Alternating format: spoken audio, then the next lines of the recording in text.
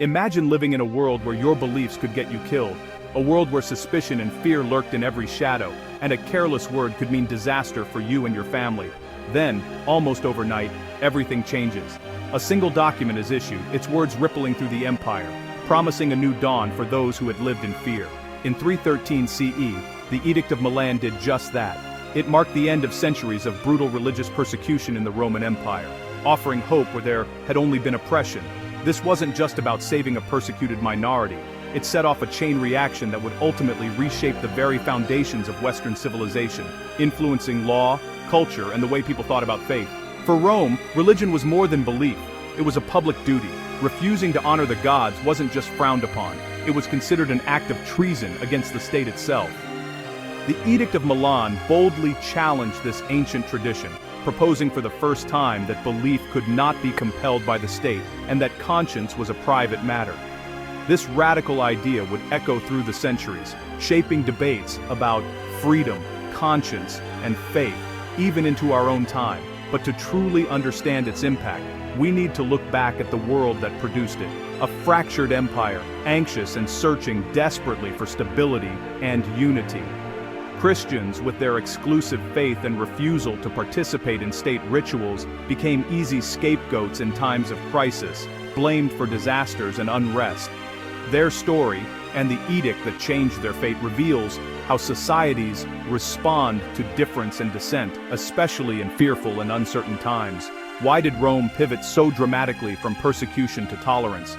Was it a genuine change of heart, a matter of faith, or a calculated political strategy? The answer, as always, is complex and layered. The Edict of Milan stands as a powerful testament to how a single decision, made at a critical moment, can alter the course of history for generations to come.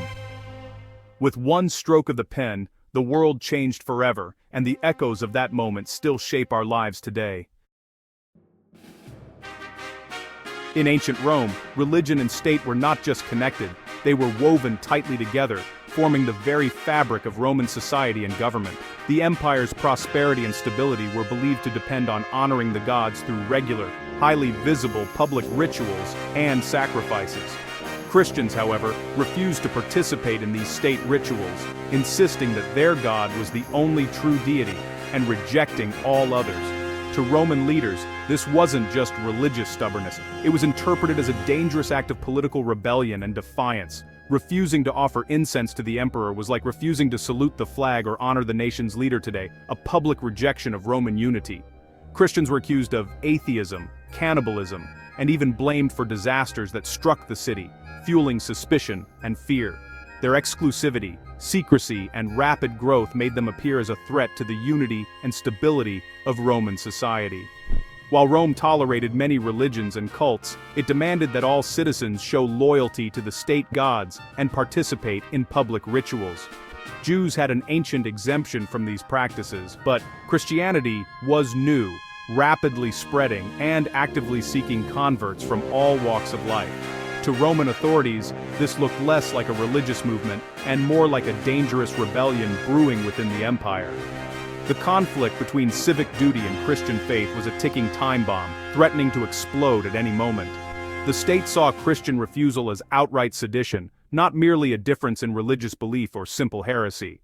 This fundamental clash of values and loyalties set the stage for violent confrontation and persecution. The empire could not ignore the growing challenge Christianity posed, as it threatened the very foundations of Roman order and tradition. In 303 CE, Emperor Diocletian launched the Great Persecution, aiming to destroy Christianity. Churches were destroyed, scriptures burned, and Christian leaders stripped of status. Edicts escalated, clergy, and then all Christians were ordered to sacrifice to Roman gods or face death. The goal was to break the faith, not just punish its followers. Stories of martyrdom, believers thrown to beasts, burned alive, tortured, spread across the empire. In the East, persecution was especially brutal. But instead of destroying Christianity, the violence strengthened it. Martyrs became symbols of resistance, inspiring others. The persecution created deep scars and divisions, but also forged a powerful Christian identity.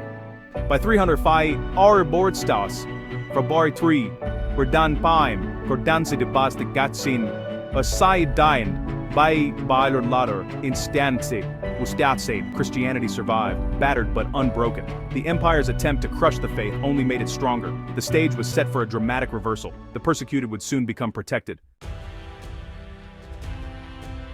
Amid chaos, Constantine emerged, a military leader acclaimed emperor by his troops in 306 CE. Civil wars followed as rivals fought for control. In 312 CE, Constantine faced Maxentius at the Milvian Bridge. On the eve of battle, Constantine reportedly saw a cross of light and the words, "In this sign, conquer."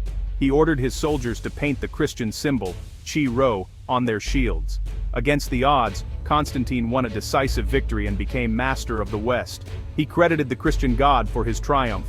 Was it true faith or political calculation? Historians still debate. What matters is that Constantine's fortunes became tied to Christianity. His victory marked a turning point for the faith. The emperor was now its patron and protector. The religious landscape of Rome was about to change forever. Constantine's rise set the stage for a new era. In 313 CE, Constantine and Licinius, two powerful leaders of the Roman Empire, met in the city of Milan. There they agreed on a revolutionary policy: religious freedom for all people, regardless of their beliefs or backgrounds. The Edict of Milan brought an end to the long and brutal persecution of Christians that had plagued the empire for decades. It boldly proclaimed liberty of worship for everyone, allowing people to practice their faith openly and without fear. For the first time in Roman history, the state declared itself neutral in matters of faith, refusing to favor one religion over another. The edict also ordered the return of all confiscated Christian property, restoring what had been unjustly taken. It even promised compensation to those who currently held these properties, ensuring fairness and justice for all involved. This was more than mere tolerance. It was a public act of restitution and a powerful acknowledgement of past wrongs committed against Christians. Christians, once hunted and forced into hiding, could now worship openly, reunite with loved ones, and begin to rebuild their shattered communities. Prisons opened, exiles returned home, and churches, once destroyed or abandoned, rose again from the ruins, symbolizing hope and renewal. The edict did not make Christianity the official state religion, but it made the faith both legal and legitimate in the eyes of the law. The emperor himself became a patron of the Christian community, supporting its growth and protection. For Christians, it was a moment of deliverance and overwhelming relief. For Rome, it marked the beginning of a new chapter in its long and storied history.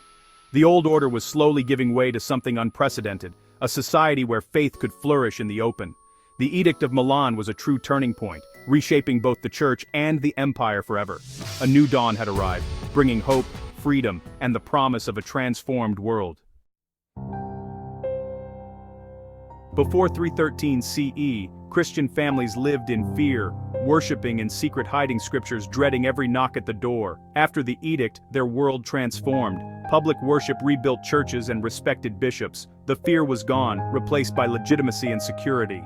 For pagans, the shift was unsettling. The emperor, once chief priest of the old gods, now favored a faith that called their gods false. Imperial funds shifted from temples to basilicas. The old religious order began to crumble. Constantine's relationship with Christianity was complex. He kept pagan titles and delayed baptism. He saw himself as a unifier, using faith to stabilize the empire. The transition was not seamless, but the direction was clear. The balance of power was shifting. Rome was changing forever. The Edict of Milan began a new era, one where church and state became deeply entwined. Christianity gained wealth, influence, and political power. Bishops became key figures, and the church acquired land and prestige. Theological debates now threatened imperial unity, drawing the emperor into church affairs.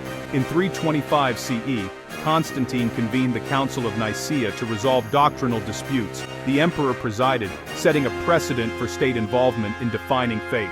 The line between spiritual and political power blurred. The church adopted Roman structures, language, and law. As the empire weakened, the church preserved Roman civilization. Over time, Christianity became the official state religion. The persecuted became the establishment, and sometimes, the persecutors. Constantine's revolution brought freedom, but also a new orthodoxy. The legacy would shape Europe for centuries. The Edict of Milan's core idea, that faith is a matter of conscience, was revolutionary. Though later abandoned, it planted a seed that would re-emerge in the Enlightenment and modern democracies. The story of Constantine shows how quickly fortunes can change, and how power and faith can become dangerously entangled. The struggle to balance belief and freedom began in 313 and continues today. When we debate religious liberty, we echo the choices made in Milan. The edict is more than an ancient document. It's a symbol of transformation. It marks the end of one world and the birth of another. One decision, 17 centuries ago, forever changed how we think about power, faith, and freedom.